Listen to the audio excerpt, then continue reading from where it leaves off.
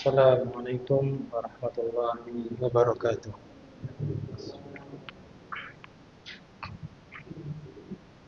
Innal hamdalillah nahmaduhu wa nasta'inuhu wa nastaghfiruh wa na'udzu billahi min shururi anfusina wa min sayyiati a'malina.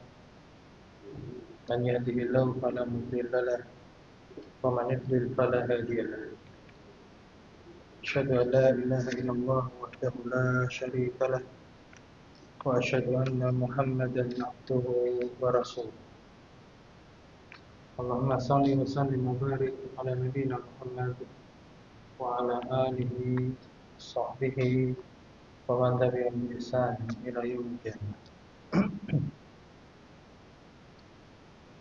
Amma ba'du, fa ya ayyuhalladzina amanu taqullaha haqqa tuqatih wa la tamutunna illa wa antum muslimun. Kama pengajian rahimani wa rahimakumullah, arsyadani Allah wa iyyakum ila sabili wa ta'atih. Alhamdulillah, senantiasa kita memuji Allah Subhanahu wa taala di setiap majelis kita, mengawali majelis kita dengan bersyukur kepada Allah Subhanahu wa taala atas segala limpahan karunia dan nikmatnya, hingga di saat ini kita masih diberi kesempatan, kesehatan, dan banyak kenikmatan yang Allah berikan pada kita, baik yang bersifat jasmani ataupun rohani, ataupun nikmat yang bersifat duniawi ataupun dini, yaitu nikmat agama Islam. Kita senantiasa mensyukurinya dengan sebenar-benarnya rasa syukur, yaitu menggunakan lisan kita untuk menyanjung Allah, untuk memuji Allah, untuk mengagungkan Allah, di antara dengan memperbanyak kalimat tahmid, yaitu alhamdulillahirabbil alamin. Diiringi dengan keyakinan dalam hati bahwasanya seluruh kenikmatan itu datangnya hanya dari Allah Subhanahu wa taala saja, bukan dari selainnya. Kemudian membuktikan rasa syukur kita itu dengan cara menggunakan kenikmatan-kenikmatan untuk ketaatan kepada Allah Subhanahu wa taala. Jadi kenikmatan itu datangnya dari Allah, kita gunakan untuk Allah Subhanahu wa taala, untuk taat, untuk bertakwa kepada Allah. Dan sebenar-benarnya takwa itu adalah menjalankan perintah-perintah Allah dan meninggalkan larangan-larangannya. Dan di antara bentuk syukur, bentuk taat, bentuk takwa, itu apa yang sedang kita usahakan di majelis ini, yang sedang kita kerjakan di majelis ini, yaitu kita berusaha untuk memahami Al-Quran, memahami hadis-hadis Nabi SAW, ya, untuk bisa menjalankan perintah-perintah Allah dan meninggalkan larangan-larangannya. Kemudian juga kita senantiasa bersolawat atas Nabi kita yang mulia Muhammad SAW. Semoga salawat dan salam dari Allah Subhanahu wa taala senantiasa tercurah untuk beliau dan juga istri-istri beliau, keluarga beliau, para sahabat beliau, dan orang-orang yang mengikuti beliau dengan baik di hari kiamat kelak. Jemaah pengajian rahimani wa rahimakumullah, kita lanjutkan kajian kita rutin di hari Selasa tentang tafsir Al-Quran dengan kita membaca buku tafsir yang ditulis oleh Al-Imam Al-Mufassir Syekh Abdurrahman bin Nasir As-Sa'di rahimahullah ta'ala. Terakhir kita melanjutkan tafsir dari surah Al-Balad. Al-Balad yang artinya negeri. Surat ini dinamakan Al-Balad karena diambil dari kata yang ada di awal ayat yang pertama dari surat ini. Kalau di tafsir Syekh Sa'di di sini beliau menyebutkan nama surahnya itu sebagaimana tersebut ayat yang pertama. Kata beliau rahimahullah ta'ala, tafsiru surati la uqsimu bihadzal balad. Jadi suratnya itu namanya la uqsimu bihadzal balad. Kemarin kita sudah baca beberapa ayat yang pertama, yaitu tentang sumpah dari Allah Subhanahu wa taala. Di dalam surat ini Allah Subhanahu wa taala bersumpah dengan berfirman, a'udzubillahi minasyaitonir rajim, bismillahirrahmanirrahim, la uqsimu bihadzal balad. Sungguh aku bersumpah dengan negeri ini. Ya, negeri apa yang dimaksud? Itu negeri Makkah. Jadi balad itu artinya negeri, bukan negara. Bedanya negeri sama negara apa? Kalau negeri itu wilayah, ya. Wilayah, daerah. Kalau negara itu kedaulatan. Makanya bahasa Arab negara itu daulah. Kalau bahasa negeri itu balad. Jadi bukan sistemnya. Kalau negara kan ada sistemnya, namanya negara daulah. Tapi kalau negeri itu wilayah. Allah bersumpah dengan negeri ini, itu negeri Makkah, kota Makkah. Dan juga wa anta hillum bihadzal balad. Allah jelaskan bahwasanya di negeri tersebut, di kota Makkah tersebut, anta itu siapa itu? Kamunya di sini siapa? Nabi kita Muhammad SAW. Dan engkau itu Nabi Muhammad SAW itu berada bertempat tinggal di negeri tersebut. Wa walidi wa mawalad. Allah juga bersumpah dengan bapak dan anaknya. Itu ditafsirkan para ulama dengan Nabi Adam serta keturunannya. Baru setelahnya Allah berfirman, laqad khalaqnal insana fi kabad. Sungguh kami telah menciptakan manusia itu dalam keadaan manusia itu berada di dalam kesusahpayahan. Nah, ini isi sumpah dari Allah Subhanahu wa taala. Yang kata para ulama dalam bahasa Arab ini namanya al-muqsamu alaih, yang disumpahi atasnya. Jadi isi sumpahnya itu apa? Kalau tadi 3 ayat pertama itu Allah bersumpah. Baru isi sumpahnya itu apa? Itu yang ingin disampaikan. Itulah isi daripada pesan yang Allah Subhanahu wa taala akan menjelaskannya, menegaskannya dengan sumpah di awalnya. Yaitu Allah menjelaskan bahwasanya sungguh kami telah menciptakan manusia itu dalam keadaan manusia itu dalam kesusahpayahan. Kemarin sudah kita baca, kita ulang sedikit. Makna yang pertama, ada dua kemungkinan itu. Yahtamilu anal murad bidzalika ma yukabidu wa yuqasihi minasyadaiti fid dunya. Jadi manusia itu dia berada di dalam kesusahpayahan, berat menghadapi kesulitan-kesulitan di dunia. Wa fil barzakhi, dan juga kelak di alam barzakh. Wa yaumi yaqumul asyhad, dan juga kelak di hari tegaknya persaksian, yaitu di yaumul hisab, di padang mahsyar nanti akan manusia itu merasakan keberatan, kesusahpayahan yang sangat berat, yaitu berdiri yang sangat lama di bawah matahari yang sangat panas sampai bercucuran keringatnya dalam keadaan bermacam-macam, tergantung keimanannya, tergantung amal solehnya. Nah, bahkan ada yang keringatnya itu sampai menenggelamkannya dia. Nah, itu menunjukkan kesusahpayahan keadaan seorang manusia, baik di dunia maupun nanti di alam barzakh hingga di padang mahsyar. Maka oleh karena itu Syekh menjelaskan wa annahu yanbaghi lahu an yas'a fi amalin yurihuhu min hadhihi syada'i.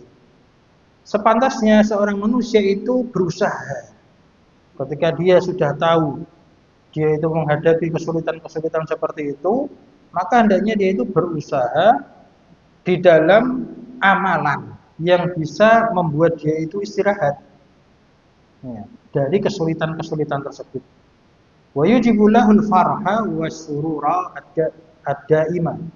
Dan hendaknya dia berusaha di dalam amalan yang bisa mengantarkan dia kepada kebahagiaan dan kesenangan yang kekal abadi.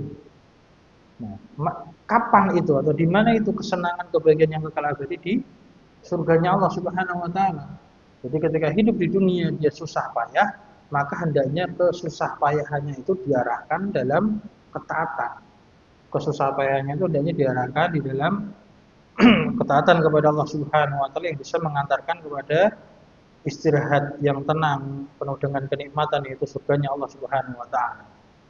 Dan kemarin sudah kita sebutkan bahwasanya seluruh manusia, di dalam ayat ini dijelaskan bahwasanya seluruh manusia tidak ada yang dikecualikan. Pasti semuanya itu berada ke dalam keadaan susah payah. Baik yang orang baiknya ataupun orang buruknya. Orang baik dia susah payah dalam kebaikan. Orang buruk dia pun juga susah payah dalam keburukan. Namanya kejahatan itu juga butuh usaha. Orang yang bangun tengah malam dalam ketaatan itu kan susah payah. Ingin menjalankan ibadah di malam hari. Orang yang ingin berbuat kejahatan di malam hari itu juga susah payah bangun malam untuk misalkan mau merampok, mau mencuri, mau begal. Jadi dia juga susah payah itu. Anjing itu juga beresiko. Jadi semua orang itu dalam keadaan susah payah, tinggal susah payahnya itu dalam ketaatan atau kemaksiatan. Nah, itu adalah pilihan kita. Nah, di sini saya menjelaskan hendaknya seorang manusia itu berusaha susah payahnya itu dalam amal soleh yang bisa membuat dia itu nanti kelak istirahat, bahagia, tenang selama-lamanya. Karena wa illam yaf'al, kalau dia tidak melakukannya, fa innahu la yazalu yukabidul adab syadid. Dia akan terus-menerus merasakan kesusah payahan adab yang sangat pedih. Abadal abadi, abadi selama-lamanya. Nah, jadi selama-lamanya dia akan sengsara. Jadi kalau di dunia sudah susah payah rekoso dalam maksiat, ya nanti di akhirat akan lebih sengsara lagi, lebih rekoso lagi menghadapi adab yang sangat pedih, bahkan selama-lamanya sudah tidak ada istirahat lagi. Itu makna yang pertama. Kemudian makna yang kedua, wa yahtamilu anal makna, dan memungkinkan juga bahwasanya makna daripada firman Allah Subhanahu wa taala, laqad khalaqnal insana fi kabad, sungguh kami telah ciptakan manusia dalam kesapayahan, itu ditafsirkan dengan ayat yang lain, itu laqad khalaqnal insana fi ahsani taqwim. Jadi sungguh kami telah menciptakan manusia itu dalam sebaik-baiknya penciptaan. Jadi manusia itu Allah ciptakan dalam keadaan yang sempurna. Wa aqwami khilqatin, dan dalam sebaik-baiknya bentuk ciptaan. Muqaddarin, itu ada catatan kaki, itu dalam lafaz lain yaqdiru, artinya muqaddarin itu yaqdiru, artinya mampu. Dia mampu ketika manusia itu diciptakan dalam keadaan sempurna, maka dia mampu untuk apa? Ala tasarrufi wal a'mali syadidah.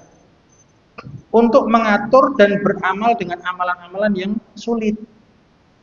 Jadi ketika manusia itu diciptakan dalam keadaan susah payah, namun ternyata Allah menciptakan manusia itu dalam keadaan sempurna sehingga dia mampu menghadapi kesusah payahannya tersebut. Nah, jadi dua makna ini bisa digabungkan. Dua penafsiran ini bisa digabungkan. Ketika Allah ciptakan manusia itu sempurna, baik ciptaannya, maka dia pun mampu menghadapi kesulitan. Nah, namun dijelaskan oleh Syekh berkaitan dengan ayat setelahnya, wa ma'adzalika fa innahu lam yashkurillah. Bersama dengan hal itu, manusia itu sudah diciptakan dalam keadaan sempurna, bisa menghadapi kesulitan, namun dia lam yashkurillah, tidak bersyukur kepada Allah Subhanahu wa taala. Ala hadhihi nikmatil azimah, atas nikmat yang sangat besar ini. Ya, Allah sudah ciptakan manusia dalam keadaan sempurna, malah tidak bersyukur. Ya, bahkan batara bil afiyati.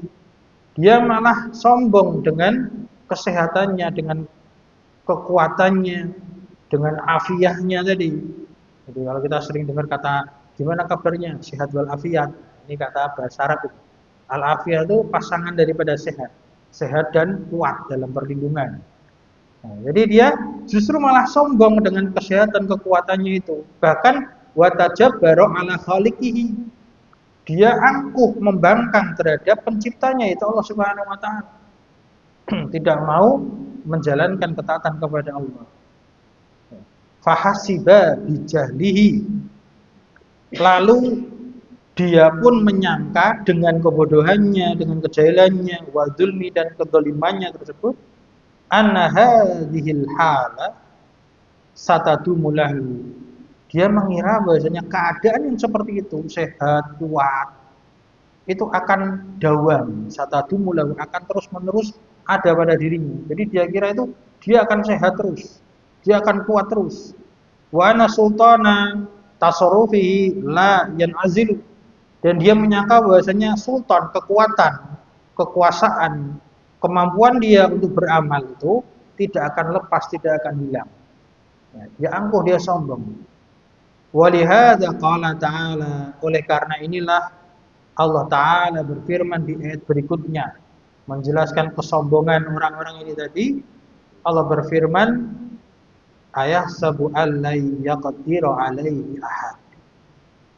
Apakah dia mengira tidak ada seorang pun yang mampu atas dia? Maksudnya itu mampu menghukumnya dengan kesombongannya tadi, karena sombong, karena ingkar, karena kufur terhadap nikmat Allah.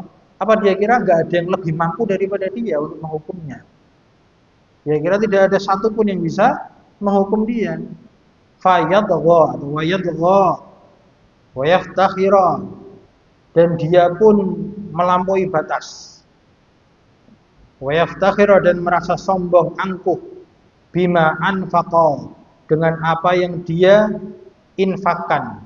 Jadi dalam bahasa Arab, mengeluarkan harta untuk belanja, untuk macam-macam itu menggunakan kata anfaqa, menginfakkan hartanya, mengeluarkan hartanya. Nah, orang-orang yang sombong ini tadi, merasa kuat, merasa hebat itu, dia berlebih-lebihan melampaui batas di dalam pengeluaran hartanya mereka. Bima anfaqa minal amwal, dari apa yang dia infakkan dari harta-harta tersebut. Nah, melampaui batasnya bagaimana? Bima anfaqa minal amwali ala syahawati nafsihi. Dia gunakan harta bendanya itu untuk menuruti hawa nafsunya, untuk menuruti syahwatnya. Ya. Oleh karena itu, di ayat berikutnya Allah Subhanahu wa taala menjelaskan tentang mereka, yaqulu ahlaktu malan lubada. Dia, orang yang sombong itu, mengatakan ahlaktu malan lubada, aku telah menghabiskan harta yang sangat banyak. Lubada itu artinya banyak, maksudnya adalah kasiron, sangat banyak. Ba'duhu fauqa ba'd, sebagiannya di atas sebagiannya, apa? Banyak, menumpuk-numpuk. Jadi dia menghabiskan harta yang sangat banyak, yang sangat menumpuk-numpuk. Nah, kemudian kita perhatikan firman Allah Subhanahu wa taala dari sisi bahasa itu, para ulama menjelaskan wasammallahu ta'ala al-infaqa fi syahawati wal ma'asi ihlakan. Dan Allah Subhanahu wa taala menamai infak. Ya, tadi infak apa? Membelanjakan harta, mengeluarkan harta. Di sini Allah Subhanahu wa taala menamai infaknya mereka itu yang fi syahawat, yang di dalam nuruti syahwatnya, wal ma'asi, dan di dalam kemaksiatan mereka itu mengeluarkan hartanya, infaknya itu dalam kemaksiatan. Itu Allah namakan dengan nama ihlakan. Jadi dalam ayatnya kan ahlaktu malalubad, dari kata ahlaka yuliku ihlak. Sedangkan bahasa Arab halaka, ahlaka itu artinya tuh membinasakan. Jadi mereka menghabiskan uangnya, menghabiskan hartanya itu justru malah apa? Akan membinasakan mereka. Tidak ada manfaatnya. Tapi kalau di dalam ayat yang lain dalam Al-Quran, ketika Allah mensifati orang-orang yang beriman itu membelanjakan hartanya, Allah menggunakan kalimat infak. Wa mimma razaqnahum yunfikun, kan pakai kata infak, anfaqo yunfiku. Itu sifatnya orang-orang beriman terhadap rizki yang Allah berikan, maka mereka menginfakannya. Ya ayyuhalladzina amanu anfiqu mimma razaqnakum. Wahai orang-orang yang beriman, berinfaklah dari apa yang kami rizkikan pada kalian. Itu sifatnya orang beriman. Kalau orang yang maksiat, yang mereka mengikuti hawa nafsunya, nuruti syahwatnya, maka Allah namai perbuatan membelanjakan hartanya tersebut dengan kata ihlakan, dengan nama kebinasaan. Kenapa dijelaskan oleh Syekh rahimahullah ta'ala? Li'annahu la yantafi'ul munfiqu bima anfaqa. Karena orang yang munfik itu pelakunya, orang yang berinfak, orang yang membelanjakan hartanya tersebut, itu la yantafi'u, tidak bisa ngambil manfaat. Bima anfaqa, dengan apa yang dia belanjakan. Sama sekali nggak bisa mengambil manfaat, rugi sendiri.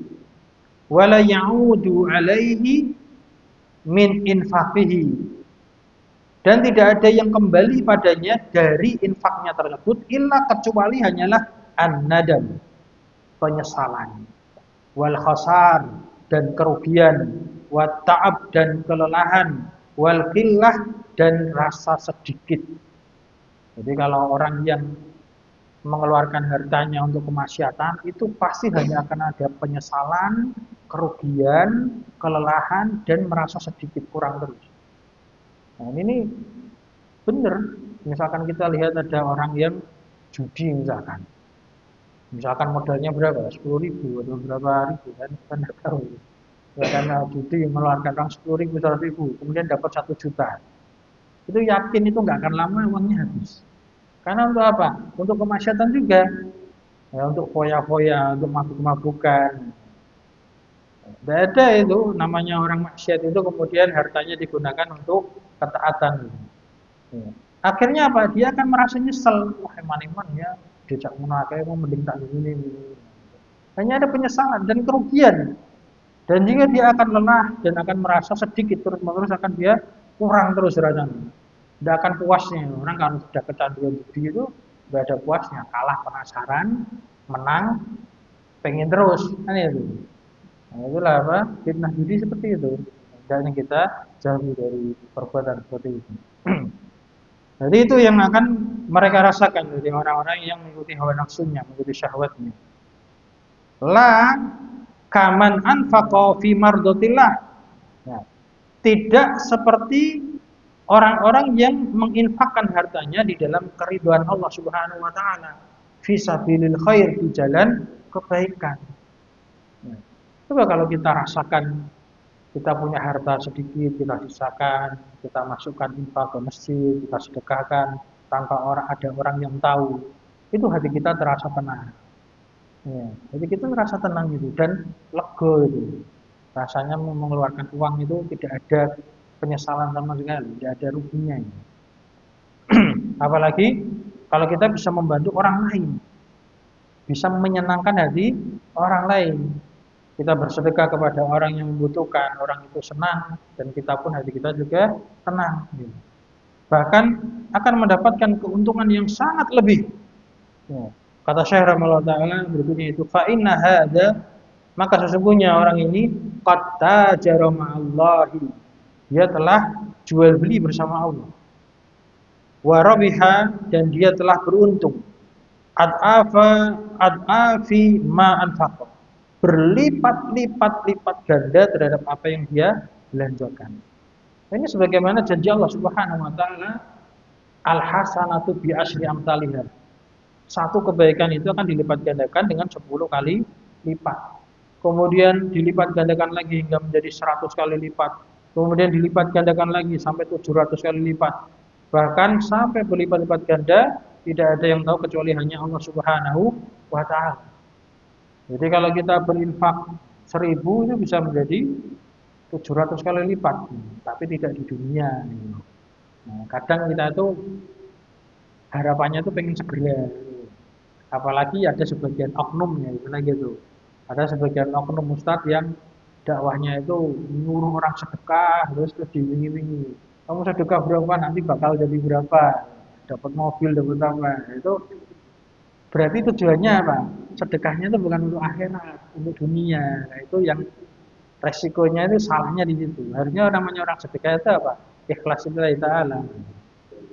Ya, jadi harus apa? Harus benar-benar menjaga keikhlasan sebagaimana di surat yang sebelumnya, seorang berinfak itu bukan mencari dunia, tapi mencari wajahnya Allah Subhanahu wa taala, mencari pahala dari Allah Subhanahu wa taala. Kemudian orang bersedekah itu juga bukan karena balas budi kan itu.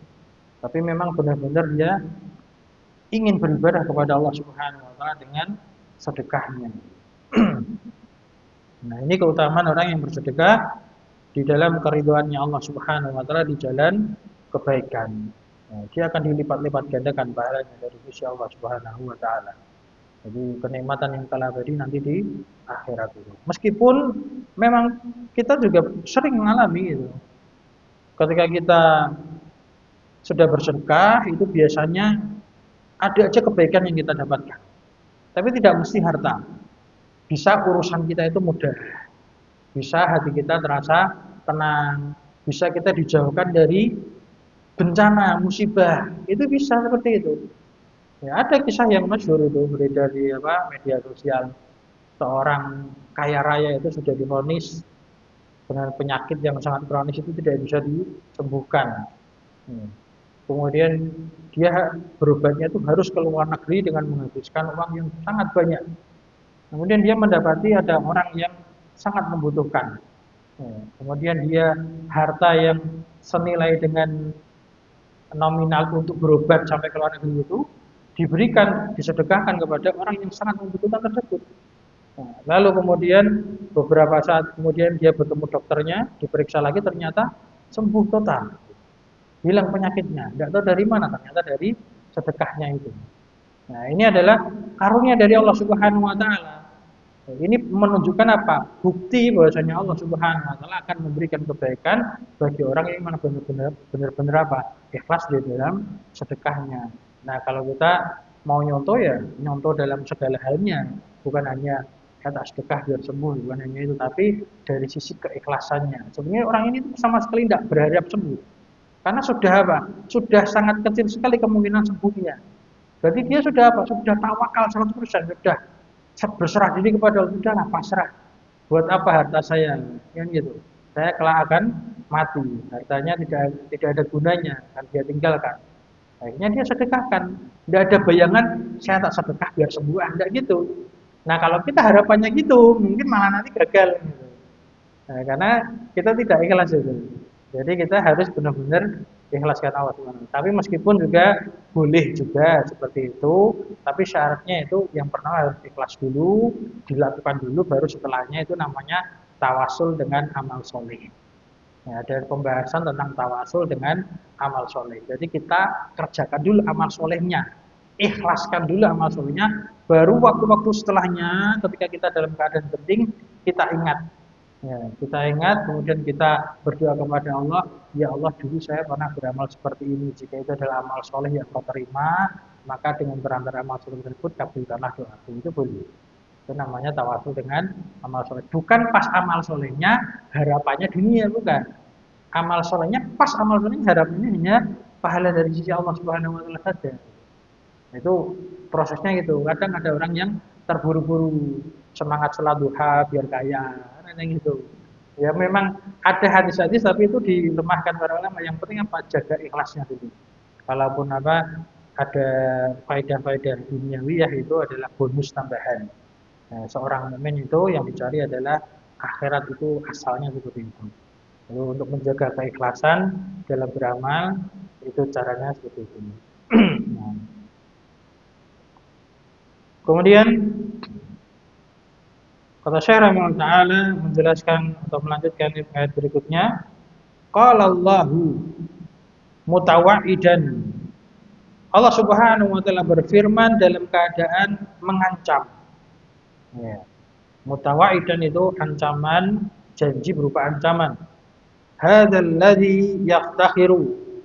Orang ini yang dia itu angkuh, yang dia itu sombong, bima anfaqa fi syahwat, dengan apa yang dia belanjakan dalam menuruti syahwat hawa nafsunya. Allah Subhanahu wa taala berfirman, ayahsabu allam yarahu ahad. Apakah dia mengira tidak ada satupun yang melihatnya? Jadi dia kira itu ketika dia mengeluarkan hartanya untuk syahwatnya, dia keluarkan hartanya untuk kemaksiatan, itu dia kira nggak ada yang melihat, tenang-tenang saja, nggak ada yang akan balas. Maka Allah ancam itu, ayahsabu allam yarahu ahad. Apakah dia mengira tidak ada seorang pun yang melihatnya? Ini sifatnya orang-orang yang maksiat, orang-orang yang kufur nikmat terhadap Allah. Dia tidak beriman terhadap pengawasan Allah Subhanahu wa taala.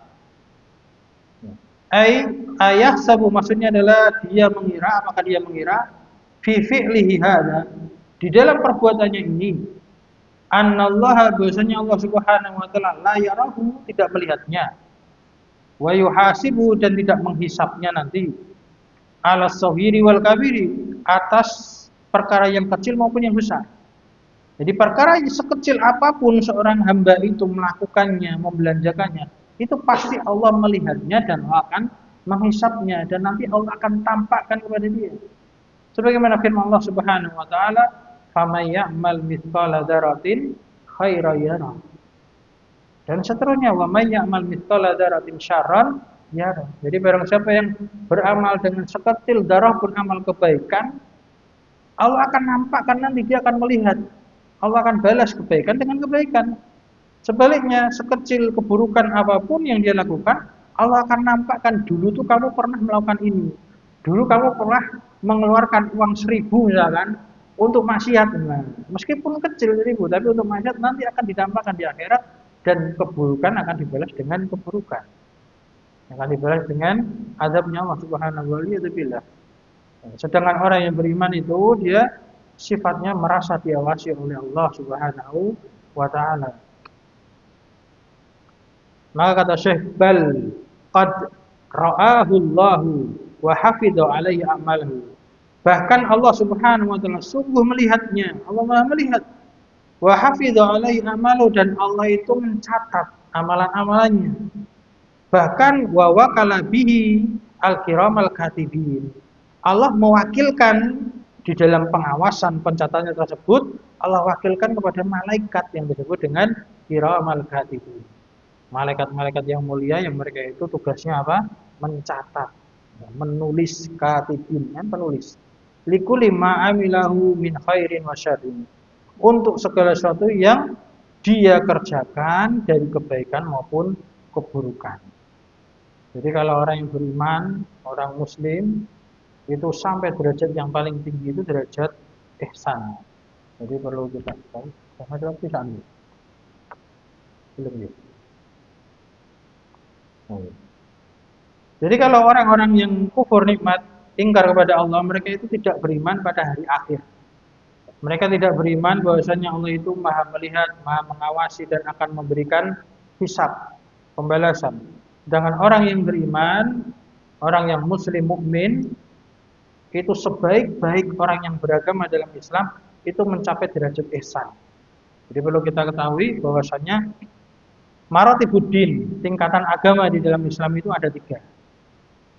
Yang pertama Islam, yang kedua iman, yang ketiga ihsan. Nah, itu tingkatan agama di dalam Islam. Yang pertama adalah Islam, itu tingkatan yang sifatnya itu lahiriah. Jadi 3 tingkatan ini dijelaskan oleh ulama berdasarkan hadis yang ada di dalam Arba'in Nawawi, hadis yang kedua. Itu ketika Umar bin Khattab bersama Rasulullah didatangi malaikat Jibril. Kemudian malaikat Jibril bertanya tentang apa itu Islam, apa itu iman, apa itu ihsan.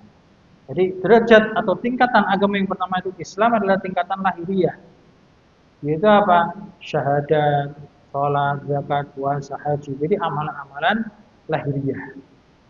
Kemudian tingkatan yang berikutnya adalah tingkatan iman, yaitu amalan hati. Seorang itu beriman, percaya, membenarkan, meyakini terhadap Allah, kemudian malaikat-malaikatnya, kitab-kitabnya, rasul-rasulnya, kemudian hari akhirat, dan beriman kepada takdir dari Allah Subhanahu wa ta'ala yang baik maupun yang buruk. Nah, itu tingkatan Islam, kemudian iman, dan tingkatan yang paling tinggi adalah ihsan, yaitu anta'budallaha ka'annaka tarah fa illam takun tarahu fa innahu yaraka. Artinya apa? Kamu senantiasa beribadah kepada Allah.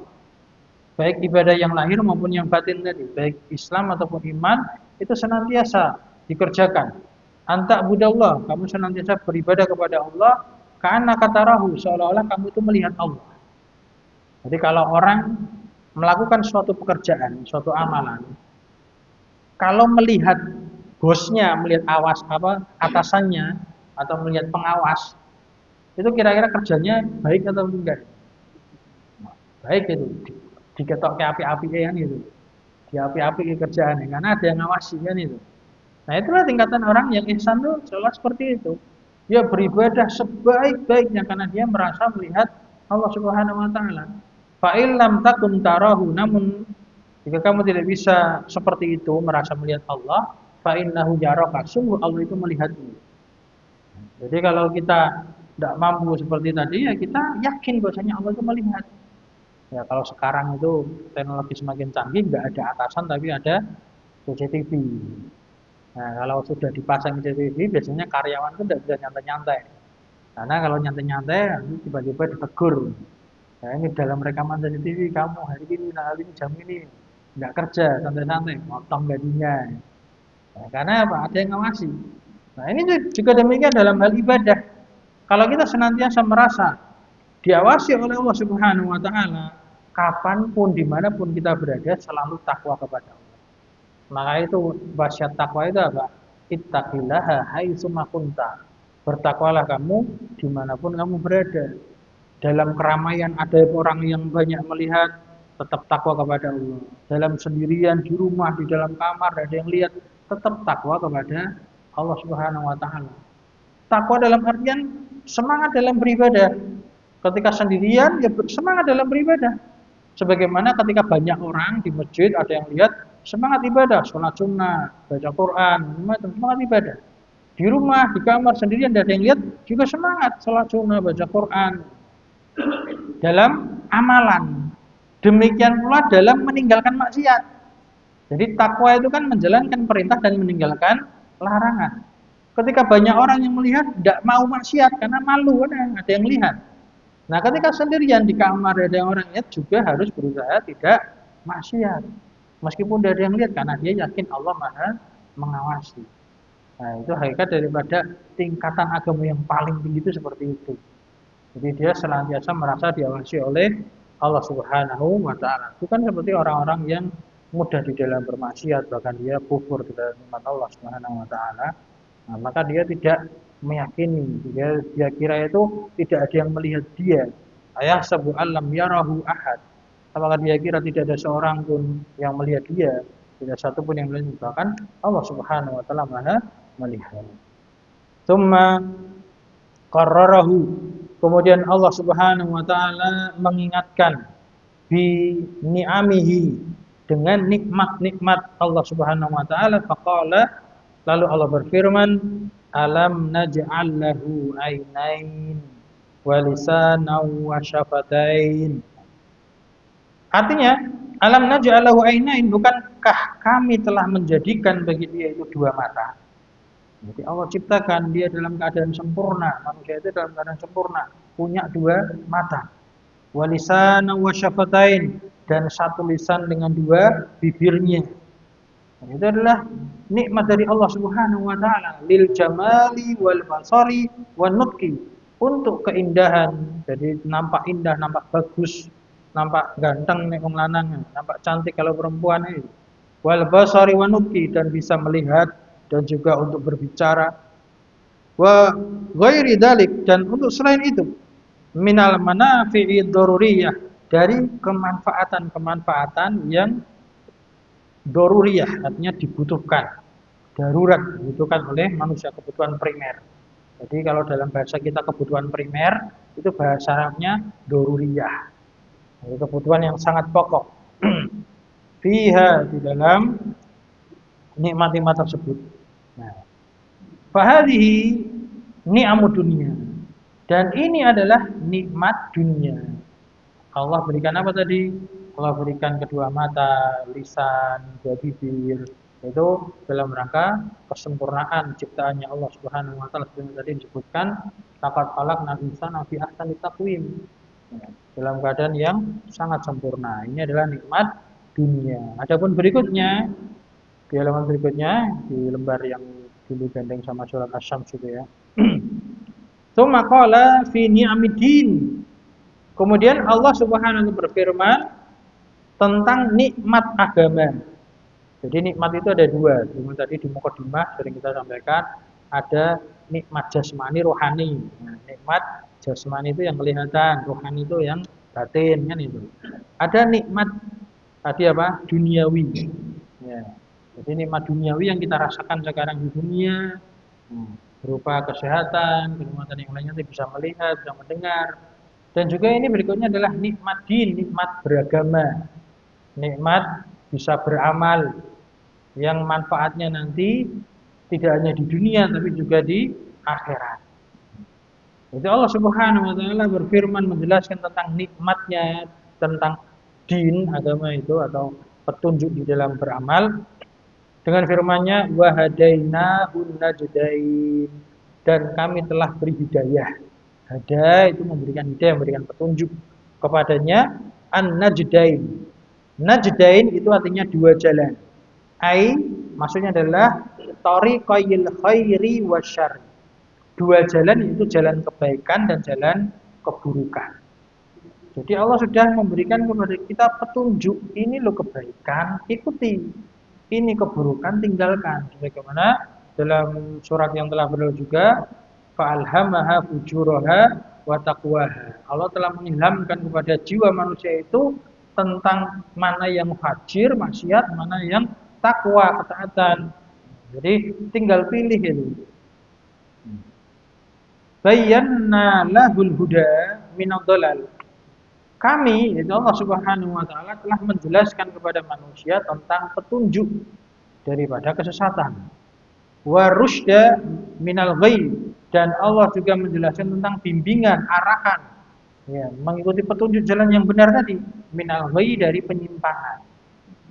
Jadi dalam ayat yang lain setelah ayat kursi itu ya, qad tabayyana rusydu minal ghayy. Sungguh telah jelas petunjuk dari Allah Subhanahu wa taala daripada kesesatan, penyimpangan. Jadi Allah sudah beri penjelasan kepada kita. Maka kata Syekh, fahadhil minan al-jazilatu taqtadi minal abdi an yaquma bihuquqillah. Maka karunia-karunia yang banyak ini tadi itu taqtadi menuntut minal abdi, dari seorang hamba, agar dia itu ayyaquma bihuquqillah, menegakkan hak-haknya Allah Subhanahu wa taala. Nah, tentang hak ini yang sering kita juga salah kaprahi, salah dalam memprioritaskan. Jadi kita manusia itu punya namanya hak asasi manusiaan. Tapi Allah Subhanahu wa taala juga punya hak asasi bagi Allah Subhanahu wa taala. Nah, jadi ini ada dalam hadis yang disampaikan oleh para ulama dalam hal akidah, itu juga sering disampaikan. Nabi pernah bertanya kepada sahabatnya, "Atadri ma haqqullahi 'alal ibad?"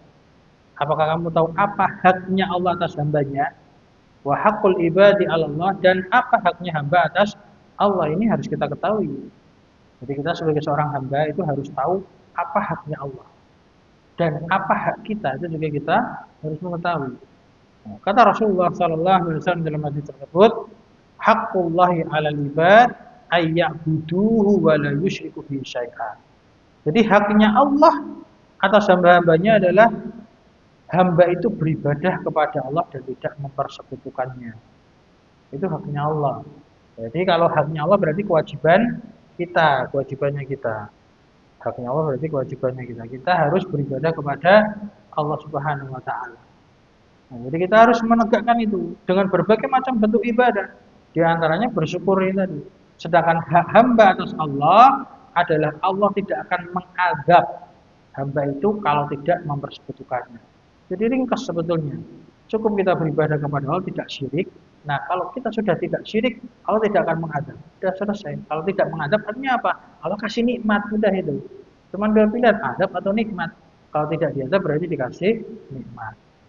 Nah, di sini hendaknya seorang hamba itu menegakkan haknya Allah, wa yashkurallah, dan dia bersyukur kepada Allah ala ni'ami, di atas atau atas nikmat-nikmatnya, wa alla yasta'ina biha ala ma'asi, dan justru hendaknya dia itu tidak menggunakan nikmat tersebut untuk kemaksiatan. Walakin akan tetapi hadzal insana lam yaf'al dzalik. Orang ini tadi yang sombong ini tadi itu tidak melakukannya. Nah, ini tafsir dari beberapa ayat yang kita lanjutkan barusan. Sudah masuk waktu Isya ya. Insyaallah berikutnya kita lanjutkan di pertemuan yang akan datang. Intinya banyak di dalam surat-surat pendek yang sudah kita baca itu perintah untuk bersyukur kepada Allah Subhanahu wa taala. Jadi Allah terus mengingatkan Allah itu telah memberikan kenikmatan yang banyak kepada kita, maka hendaknya kita bersyukur kepada Allah Subhanahu wa taala. Semoga apa yang kita sampaikan bermanfaat untuk kita semua. Semoga Allah memberikan taufik dan hidayah kepada kita semua untuk mengamalkan ilmu yang telah kita ketahui. Subhanakallahumma wa bihamdik, asyhadu an la ilaha illa anta, astaghfiruka wa atubu ilaik. Walhamdulillahirabbil alamin.